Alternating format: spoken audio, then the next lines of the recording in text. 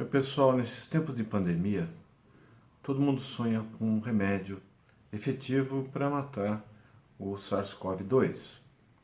Ou seja, enquanto a vacina não chega e nós só temos manobras de sustentação, como ventilação mecânica e eventualmente corticoide em algumas fases da doença e anticoagulação precoce num grupo seleto de pacientes, né, sempre esperamos que surja um remédio como se fosse capaz de matar diretamente o, o vírus. Bom, a gente teoricamente eu preparei essa pequena fala para explicar quais são os tipos de pesquisas que estão sendo feitas para descobrir novas medicações. Para você fazer um remédio contra o coronavírus, você pode atacar dois pontos. Um deles é estimular o sistema imune. A gente sabe que o vírus produz uma imunoincompetência transitória no hospedeiro, que infecta. Então, se você tiver um jeito de estimular o sistema imune e fazer com que seu próprio organismo se livre do vírus, produzindo tanto pela imunidade imediata, aquela que já está pronta, empacotada, pré-formada em nosso corpo que temos. Todos nós temos um arsenal já pronto, um exército de prontidão para eliminar o vírus. E a segunda linha de defesa é quando você faz anticorpos. No caso do coronavírus, ele consegue secretar proteínas e induzir uma resposta inflamatória que inibe e deixa menos eficiente esse mecanismo. E com isso ele consegue não somente ele proliferar, como também permitir que outros agentes infecciosos ocupem e peguem uma carona nessa imunodepressão. O outro grupo é aqueles conjunto de remédios que vão matar o vírus por si. Quer dizer, como o sistema imune não consegue eliminar os vírus, você produz uma medicação que pode impedir o vírus de exercer o seu papel. Então isso é, por exemplo, o que acontece nos antibióticos. Né? Mas, infelizmente, o número de compostos capazes de matar bactérias é muito maior do que aqueles que são capazes de eliminar os vírus. Bom, feita essa grande divisão, como é que você procura? Né? Como é que você desenvolve? A primeira linha de estudo é saber o que já tem de remédio desenvolvido e tentar saber se eles são eficientes contra esse vírus. Então, por exemplo, interferon, que aumenta a imunidade, a própria cloroquina, que tanto tem se discutido, como um imunomodulador, elas são exemplos de estratégias onde você pega um produto que já está na prateleira da farmácia e aplica dentro desse novo agente. Existem também alguns antivirais, que vão fazer, por exemplo, eu estou pegando o nome daqui deles para fazer como a ribavirina, como a ciclofilina, que são compostos que inibem algumas enzimas fundamentais para que o vírus digamos, prolifere. Um outro abordagem também, que é mais rápida, né? Quer dizer, essa primeira abordagem é mais rápida porque o produto já está pronto. A segunda abordagem é pegar outros compostos que não são diretamente voltados para combater vírus e estudar estruturas moleculares que sejam sugestivas através de computação para atingir algumas proteínas do envelope viral. É como se eu estivesse atirando num micro-organismo e você acerta em outro. Quer dizer, um remédio nunca é específico para um agente, ele pode ter outros efeitos em outros sistemas e também em outros micro-organismos. Esse é o exemplo dos chamados, do uso,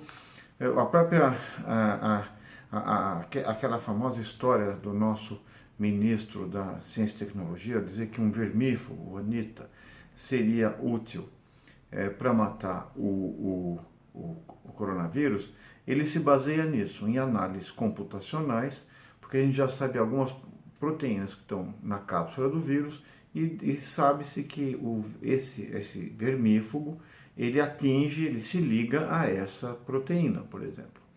Então essa é uma segunda fase, você está saindo dos compostos já usados como antiviral, essa é uma outra estratégia onde você pega compostos usados para outros fins e verifica se ele já tem pode ter uma eficiência contra o vírus. Você faz isso primeiro in vitro, mas depois você tem que saber se ele vai funcionar em vivo, porque é uma distância muito grande entre você administrar uma droga para um vírus em cultura e mostrar efeito e saber se ela consegue, por exemplo, chegar em concentração suficiente ou não ser metabolizada no sistema em vivo.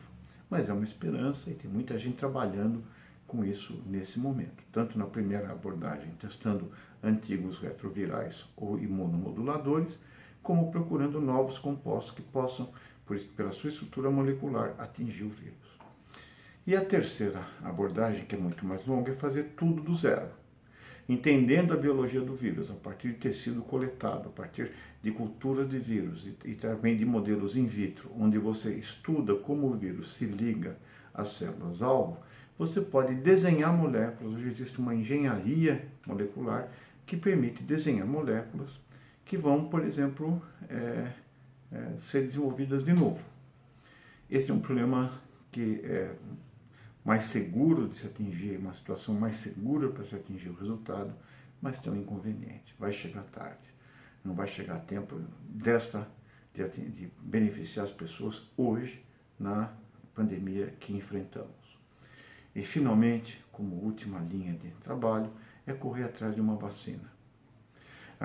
Uma vacina custa caro, mas hoje existe tecnologia para encurtar o tempo de desenvolver uma vacina. Nós não temos investido muito em vacinas antivirais, porque é um investimento de risco. Você, para desenvolver uma vacina, sai mais ou menos entre 500 a 1 bilhão de dólares, pode chegar até isso. Então, para uma empresa é muito arriscado desenvolver vacinas. Elas vão procurar, para fins comerciais, trabalhar com remédios com retorno mais imediato. Por exemplo, você pode estudar remédio contra queda de cabelo, contra impotência, ou seja, muitas vezes a lucratividade do composto não é compatível, não é, digamos, necessariamente atingindo a maior parte da população. Então isso vai ter que necessitar não só um investimento maciço, mas uma intervenção do Estado, ou de um conjunto de Estados. Porque o custo de uma vacina a ser desenvolvido por uma empresa somente pode ser proibitivo e a empresa não querer investir nisso. Mas as perdas econômicas, como hoje estamos enfrentando, decorrentes da inexistência de uma vacina, superam muito o custo de desenvolvimento desse produto. Ou seja, nós vamos ter que ter um fundo internacional que seja rápido e tenha recursos para desenvolver vacinas em curto prazo. E por que a vacina é a única solução efetiva? Ela é uma solução efetiva porque essa imunidade conferida pelos coronavírus, como aconteceu em outras cepas, como em 2002 no SARS e 2012 no MERS, mostram que nós não temos uma imunidade permanente. Ao contrário, por exemplo, do sarampo. Você tem uma infecção e você está protegido praticamente pelo resto da vida.